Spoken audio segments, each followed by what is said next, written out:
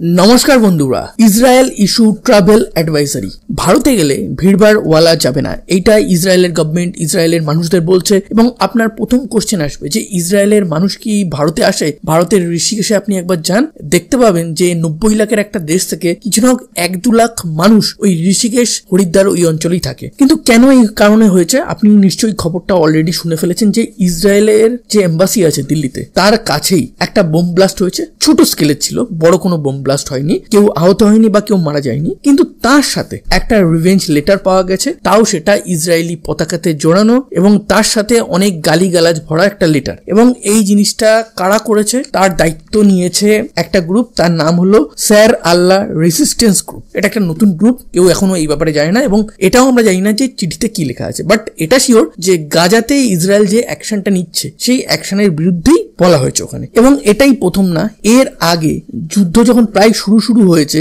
সেই সময় চাইনাতে একজন ইসরায়েলি ডিপ্লোম্যাটকে ছুরি মারা হয়। তারপর ভারতে এটাই কি প্রথম ইসরায়েলি এম্বাসিতে বোম ব্লাস্ট বা এরকম কোনো ঘটনা হলো?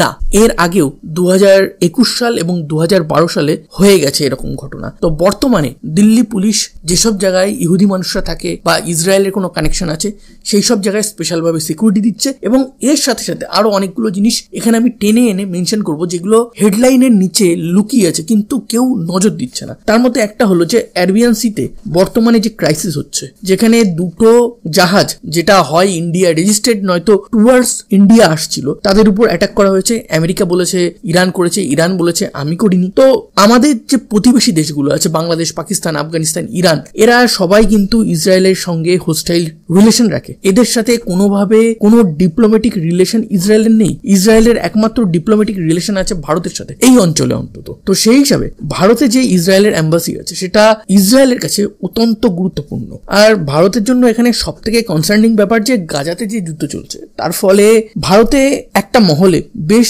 রিয়াকশন এসছে এবং তার প্রভাব ইন্ডিয়াতে র্যাডিক্যালাইজেশন বাড়তে পারে সেটার কিন্তু নিউজ আসছে। এবং তার সাথে সাথে কাশ্মীরেও কিন্তু সিচুয়েশন খারাপ হতে পারে, বিকজ একটা জিনিসকে ভালো করতে 1000 বছর লাগতে পারে আর খারাপ করতে 1 মিনিটে হয়ে যায়। এর মধ্যেই ইসরায়েলের প্রাইম মিনিস্টার বেঞ্জামিন নেতানিয়াহু বলেছে যে আমরা যুদ্ধ থামাবো না যতক্ষণ না হামাসের দি এন্ড করব।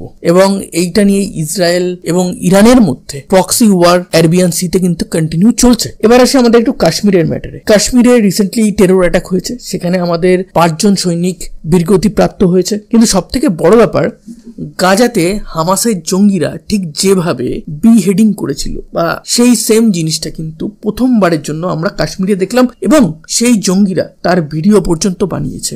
এবং এর রিয়াকশন হিসেবেই অনেক কাশ্মীরি লোকালকে কোশ্চেন করার জন্য পুলিশ স্টেশনে ডাকানো হয়েছিল এবং সেই পুলিশ স্টেশনে 3 জন কাশ্মীরি কয়েদির মৃত্যু হয়েছে, যেটা নিয়ে বেশ প্রোটেস্ট হচ্ছে। কিন্তু একটা জিনিস বলে রাখি যে ভারতে এরকম অনেক সময় দেখা গেছে যে লকআপে অনেক আন্ডার ট্রায়ালদের মৃত্যু হয়েছে, সেটা পশ্চিমবঙ্গে হয়েছে, তামিলনাড়ুতে হয়েছে, দিল্লিতে হয়েছে, গুজরাট, সমস্ত রাজ্যেই হয়েছে। তো সেই হিসাবে কিন্তু কাশ্মীরে যে জিনিসটা পাকিস্তান করতে চাইছিল যে একটা আপরাইজিং হবে, সেটা করতে পারেনি। সেটা খুব সুন্দরভাবে ইন্ডিয়ান গভর্নমেন্ট আটকে দিয়েছে। কিন্তু আমাদের ঘরের মধ্যেই হয়তো কিছু শত্রু আছে। যাই হোক, ফারুক আবদুল্লাহ বলে একজন কাশ্মীরের নেতা আছেন, তিনি বলেছেন যে ভারত নাকি গাজা বা প্যালেস্তাইনের মতন অবস্থা হয়ে যাবে। কেন হয়ে যাবে? আমরা যদি পাকিস্তানের সাথে বন্ধুত্ব না করি, পাকিস্তানের সাথে যদি হোস্টাইলিটি মেনটেন করে রাখি। আরে বাবা, যে দেশ থেকে জঙ্গিগুলো এসে কাশ্মীরে আমাদের সৈনিকদের মারছে, 26/11 করছে, নানান টেরোরিস্ট অ্যাটাক, ড্রাগ রিলেটেড কেসে যেখানে পাকিস্তান ডাইরেক্ট লিঙ্ক আছে, সেখানে আমরা কি করে পাকিস্তানের সাথে ভালো সম্পর্ক রাখতে পারি? তো যাই হোক, উনি মজা করছেন নাকি অন্য কিছু করছেন নাকি ওনার ল্যাক অফ নলেজ আছে আমার ঠিক জানা নেই। এবং আপনি যদি মনে করেন যে ভারতেই ইসরায়েলের এম্বাসির প্রথম অ্যাটাক হয়েছে, এটা না, তুর্কিতেও আগে কিছুটা হওয়ার চেষ্টা হয়েছিল, সেটা আটকে দিয়েছে তুর্কি গভর্নমেন্ট। জর্ডানেও সেরকম একটা কিছু হয়েছিল। এবার আসি যে মেইন এই ঘটনাগুলো যতগুলো বললাম আপনাদেরকে, সেগুলো হচ্ছে কেন এবং তার পিছনে সব থেকে বড় কারণগুলো কি? দেখুন, ইসরায়েলকে আঘাত করা এটা তো একটা ব্যাপার, আমরা সবাই বুঝতে পারছি। কাশ্মীরে অ্যাটাক, এটা পাকিস্তান ইলেকশনের আগে পুরো বাজারটা গরম করতে হয়েছে, বিকজ জানুয়ারি মাসে পাকিস্তানে নাকি ইলেকশন হবে। তো এখন যদি ইন্ডিয়া হুট করে সার্জিক্যাল স্ট্রাইক করে দেয়, সেই দেখিয়ে পাকিস্তানি আর্মি বলবে যে ঠিক আছে, ইন্ডিয়া এখন অ্যাটাক করছে, এখন ভোট করা সম্ভব না। তো আবার আর্মির কাছে ক্ষমতা চলে যাবে, যেটা পাকিস্তান আর্মি খুব বেশি করে চাইছে। এই কারণে ইন্ডিয়াকে প্রভোক করছে কাশ্মীরে। আমেরিকা এইদিকে নানান ছলে বলে কৌশলে ভারতকে যুদ্ধে টানার প্ল্যান করছে। তার কারণ আমেরিকা সামহাও একটা প্রিপারেশন নিচ্ছে যে আমরা ইরানের এগেনস্টে যুদ্ধ লড়বো।